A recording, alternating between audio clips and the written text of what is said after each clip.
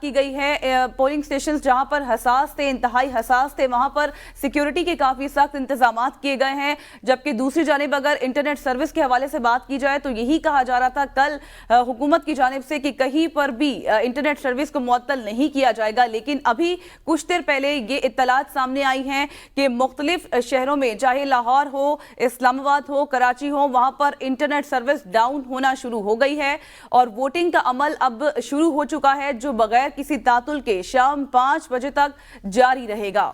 Election commission نے انتخابات کے تمام انتظامات مکمل کیے۔ الیکشن کمیشن کے مطابق ملک بھر میں 12 کروڑ 85 لاکھ سے زائد افراد ووٹ کاسٹ کریں گے۔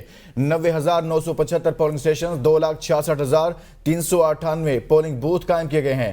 انتخابات کے لیے 14,90,000 انتخابی عملہ تعینات کر دیا گیا ہے۔ پنجاب میں قومی اسمبلی کی 141، صوبائی اسمبلی کی 296 نشستوں پر الیکشن ہوں گے۔ پنجاب میں 7 کروڑ 32,07,896 ووٹر ووٹ کاسٹ کر سکیں گے۔ اس وقت پولنگ کا عمل شروع ہو چکا ہے۔ ملک کے چاروں صوبوں میں پنجاب، سندھ، بلوچستان، خیبر پختونخوا میں پولنگ کا عمل کا آغاز ہو چکا ہے۔ اس سے پہلے ہمارے نمائندگان نے مختلف شہروں سے پولنگ سٹیشنز کی صورتحال سے متعلق آگاہ کیا کہ پولنگ سٹاف وہاں پر پہنچ چکے ہیں اور اب مزید بات کریں گے اپنے نمائندگان سے۔ اس متعلق ہمیں جوائن کیا ہے جی اسلام آباد سے جمشید قادر نے۔ جمشید، کہیے گا آپ کون سے حلقے میں موجود ہیں اور وہاں پولنگ کا عمل شروع ہو چکا ہے؟